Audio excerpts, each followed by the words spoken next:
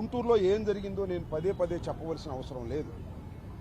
గుంటూరు పట్టణంలో రోడ్డు మీద ఒక మహిళను కొట్టారు. కొట్టడమే కాదు, ఆమెని పూర్తిగా వివస్త్రణ చేశారు.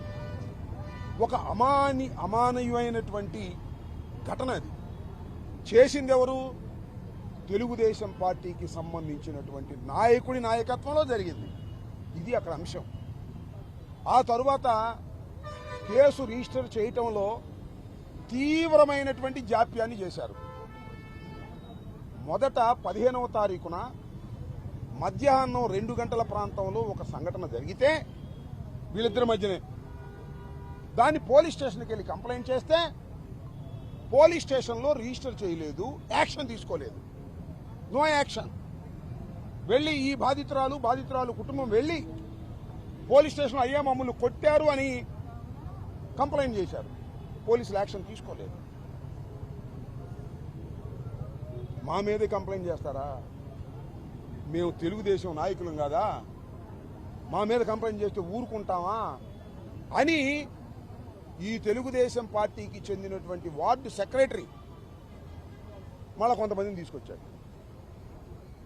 ఇంట్లో ఉన్న వాళ్ళు బయటికి లాగారు, కొట్టారు, వివస్త్రం చేశారు. అయిపోయింది అనుకున్నారు.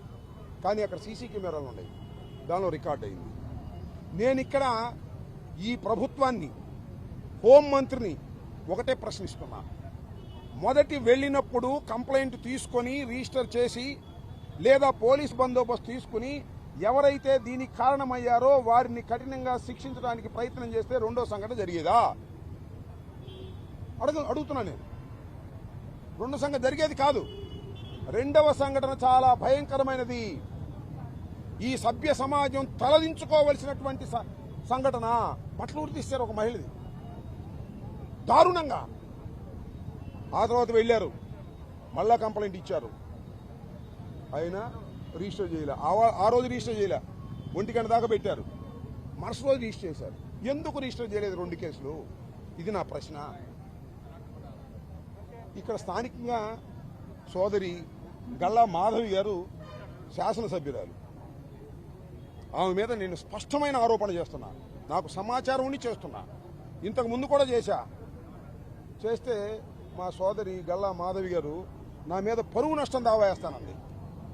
వేయమంటున్నా, వేయండి పరువు నష్టం దావా. నేను మళ్ళా చాలా స్పష్టంగా ఆరోపణ చేస్తున్నా. ఈ స్థానిక శాసనసభ్యురాలు సోదరి గల్లా మాధవి ఇంటర్ఫీరెన్స్ వల్లే రెండవ సంఘటన జరిగింది. సత్యనారాయణ అనే సిఐని కేసు రిజిస్టర్ చేయకోకుండా ఆపింది మాధవి గారు. ఎందుకంటే వాళ్ళు మా తెలుగుదేశం. ఆపట్టే రెండో సంఘటన జరిగింది. రెండో సంఘటన కూడా పూర్తి చేయాలని, 4 గోడల మధ్యనే నలిపేయాలని, బయటికి రాకూడదని చేశారు.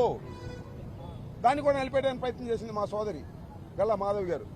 గల్లా మాధవి గారు చాలా తక్కువ మంది శాసనసభ్యులు మహిళలుంటే ఆమె ఒక మహిళా శాసనసభ్యురాలు. మన రాష్ట్రంలో గుంటూరులో ఎన్నుకున్నారు ఆమెని. జరిగింది మహిళకు అన్యాయం. హోంమంత్రి గారు మహిళ, జరిగింది మహిళకు అన్యాయం. లేదా యాక్షన్? నేను మళ్ళా అడుగుతున్నా. మొదటి సంఘటనప్పుడే పోలీసులు రియాక్ట్ అయి ఉంటే రెండవ సంఘటన జరిగేది కాదని చెప్పమంటున్నా. దీనికి కారణం స్థానిక శాసనసభ్యురాలు గల్లా మాధవి స్పష్టంగా ఆరోపణ చేస్తున్నా. ఏ ముసుగులో గుద్దులాట్లేదు, కన్ఫ్యూజన్ లేదు, స్పష్టంగా చేస్తున్నా. బికాజ్ ఆఫ్ యూ సోదరి మాధవి, బికాజ్ ఆఫ్ యూ ఒక మహిళను నడి రోడ్డు మీద బట్టలు తీసి నుంచోబెట్టారు. మీ తెలుగుదేశం కార్యకర్తలు, మీ తెలుగుదేశం నాయకులు ఊరికి ఒక లెటర్ రాసేసి వాడిని సస్పెండ్ చేసినట్టు సరిపోద్దా? రాజీ చేయడానికి ప్రయత్నం చేయలా? పోలీస్ స్టేషన్లోనే కప్పేయాలని ప్రయత్నం చేయలా? సోషల్ మీడియాలో వచ్చింది.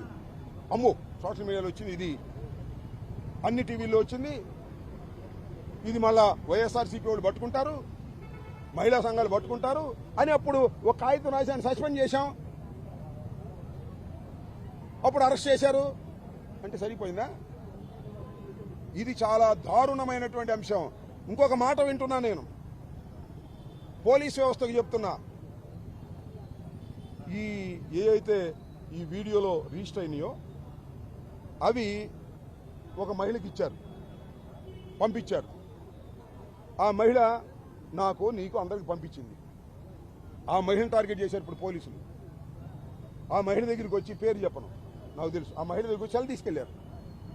నీకెట్టా వచ్చినాయి, నువ్వెందుకు పంపించావు? ఊరే మొగళ్ళారా, అసలు పంపించకపోతే మీరు కేసే పెట్టేవాళ్ళు కాదు, టీవీలో రాకపోతే మీరు కేసే పెట్టేవాళ్ళు కాదు. ఇవన్నీ ఎక్కడి ఆ కుటుంబం యొక్క ఇంట్లో ఉన్నటువంటి సీసీ కెమెరాల నుంచి వస్తే ఒక మహిళకి ఇస్తే మా ఝాన్సీ లాంటి దానికి అవి నా బోటోడికి నీ బోటోడికి పంపిస్తే అవి వైరల్ అయినాయి అంట. వైరల్ అయినాయి, ఊరుకో ఈ మహిళని ఫోన్లోకి వెళ్ళారు. ఏం పోయేగానే వచ్చిందయ్యా? సంఘటన మీద ఏమో యాక్షన్ తీసుకోరు. ఒక మహిళ వైరల్ చేసిందని చెప్పేసి ఆమె సెల్ తీసుకెళ్లి ఆమెను ఏదో ఇబ్బంది పెట్టాలని ప్రయత్నం చేస్తున్నారు. తప్పిది, అన్యాయం ఇది. మీరు నేరాలను నొక్కేస్తున్నారు, పోలీస్ స్టేషన్లోనే నేరాలు నొక్కేస్తున్నారు. అన్ని పోలీస్ స్టేషన్లో నింటే ఎవరిని వెళ్ళి కంప్లైంట్ ఇచ్చారనుకో ఎమ్మెల్యే గారికి ఫోన్ చేస్తారు. ఏమండి పలానా రాంబాబు కంప్లైంట్ ఇచ్చారు, చేయమంటారా? సిఐ గారు, స్టేషన్ హౌస్ ఆఫీసర్ పోతారా బాబు మీరు అందరూ? శ్రీమద్ రమారమణ పోయిందో సత్యనారాయణ లాగా మీ మీద తాటికాయ వేస్తారు. సత్యనారాయణ ఇక్కడ ఎస్హెచ్ఓ, చివరికి ఎమ్మెల్యేలు, ఎంపీలు, హోంమంత్రులు ఆ పోలీస్ హౌస్ మీద తలకాయ మీద తాటికాయ వేసి సస్పెండ్ చేసి అయిపోయిందంటారు. ఇరుక్కుపోతారు చెప్తున్నా నేను. పోలీస్ ఆఫీసర్లకు సవినయంగా మనవి చేస్తున్నా, మీరు చట్ట ప్రకారం వ్యవహరించుకోకుండా మాధవి గారు చెప్పారు, హోంమంత్రి గారు చెప్పారు, ఎమ్మెల్యే గారు చెప్పారు అని కేసులు రిజిస్టర్ చేయకుండా ఆపితే, ఇలాంటి సంఘటన జరిగితే మీ మీద నెట్టేసి వెళ్ళిపోతారు. అందరి మీద నెట్టసుమా? పాప సత్యనారాయణ లాంటి అమాయకుడి మీద నెడతారు. మీకు తెలుసుగా, అక్కడ గంగా కృష్ణమూర్తి, అక్కడ వంశీ నా ఇంటి మీద దాడి జరిగినప్పుడు అక్కడే ఉన్నారు. దాడి చేయించిన వాళ్ళ ప్రధానులు నన్ను తీసుకెళ్లారు, నా కాళ్ళు బగలు తీసి కొట్టాలని చూశారు, కొట్టలేదు. వాళ్ళని మాత్రం సస్పెండ్ చేయరు, వాళ్ళు మా వాళ్ళు, మా ప్రభుత్వానికి బాగా సన్నిహితం. అలాంటి మా వాళ్ళని మాత్రం కాపాడుకుంటారు. మా వాళ్ళు కాని పోలీసుల్ని ఈ రకంగా ఇబ్బంది పెడతారు. గుర్తుపెట్టుకోండి, ఒక అరాచకమైన పాలన జరుగుతూ ఉంది వాళ్ళ రాష్ట్రంలో. అట్టర్ ఫ్లాప్ ఆఫ్ పోలీసులు పూర్తి విఫలమయ్యారు. హోంమంత్రి పూర్తిగా విఫలమయ్యారు. విఫలమైపోయి ఇవి పోలీసు అధికారుల మీద నెట్టేసి వాళ్ళని సస్పెండ్ చేసో వీఆర్కు పంపించో చేతులు దులుపుకుంటున్నారు. ఇది తప్పు. ఇప్పటికైనా పోలీసు యంత్రాంగం ఎమ్మెల్యేలు చెప్పినట్టు, రాజకీయ నాయకులు చెప్పినట్టు కాకోకుండా నిజమైన స్పష్టమైన కేసుల్లో మీరు యాక్షన్ తీసుకోకపోతే ఇరుక్కుపోతారని తాజా ఉదాహరణ సత్యనారాయణ గారిని వీఆర్కు పంపడం అనే విషయాన్ని గుర్తు చేసుకోమని ఈ సందర్భంగా తెలియజేస్తూ నేను చెప్పదలుచుకున్నది ఒక్కటే. ఇవాళ రెండవ సంఘటన జరగడానికి కారణం స్థానిక శాసనసభ్యురాలు సోదరి గల్లా మాధవి గారి ఇంటర్ఫీరెన్స్ వల్ల, రాజీ చేయడానికి ప్రయత్నం చేయటం వల్ల ఆ సంఘటన జరిగిందనడంలో ఏ విధమైనటువంటి అనుమానము నాకు లేదు. నేను స్పష్టంగా ఆరోపిస్తున్నాను. ఆమె పరువు నష్టం దావా వేసుకుంటుందో, ఆస్తి నష్టం దావా వేసుకుంటుందో నేను దాన్ని ఎదుర్కోవడానికి సిద్ధంగా ఉన్నాను. మీ మీద మాత్రం దావా వేస్తారు. పరువు నష్టం కాదు, మహిళల పరువు నష్టం నీ నాయకత్వంలో జరిగిందని ఈ రాష్ట్ర మహిళలందరూ కూడా మీ మీద ఎన్నికల్లో పెద్ద దావా వేస్తారు. ఆ దావాని ఎదుర్కోవడానికి సిద్ధంగా ఉండవలసిందిగా సోదరి గల్లా మాధవి గారికి వినయపూర్వక హెచ్చరిక చేస్తున్నాను. ధన్యవాదాలు.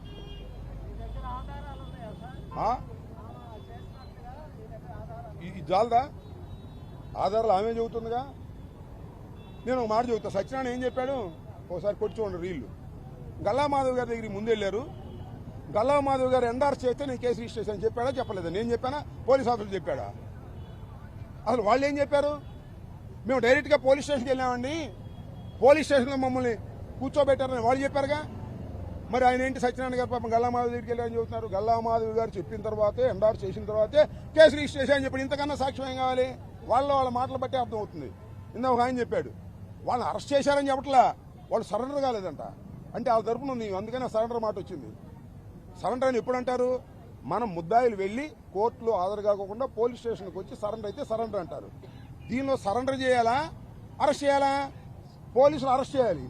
కానీ మా సోదరి గల్లా మాధవి గారు మాత్రం సరెండర్ చేసింది. వాళ్ళని రాజీ చేసి కుదరకపోతే సరెండర్ చేసింది. అందుకనే సరెండర్. ఈ రెండు జాలుగా ఇంకేమైనా కావాలా ఉదాహరణలు? ఆమె మాటలు, సత్యనారాయణ